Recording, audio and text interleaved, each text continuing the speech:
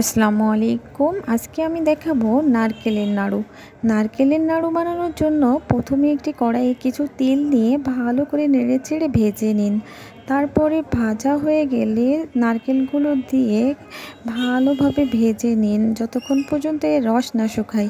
রস শুকানো হয়ে গেলে কিছু খেজুরের গুড় দিয়ে ভালোভাবে নেড়েচেড়ে মিশিয়ে নিন। মেশানো হয়ে গেলে এর সাথে তেল অ্যাড করে দিন। তেল দেওয়ার পরে ভালোভাবে তিল এবং খেজুরের গুড় দিয়ে ভালোভাবে নেড়েচেড়ে মিশিয়ে নিন যতক্ষণ পর্যন্ত না এর কালার চেঞ্জ হয়। কালার চেঞ্জ হয়ে আসলে চুলার আঁচ বন্ধ করে একটি পাত্রে নামিয়ে ঠান্ডা করে নিন।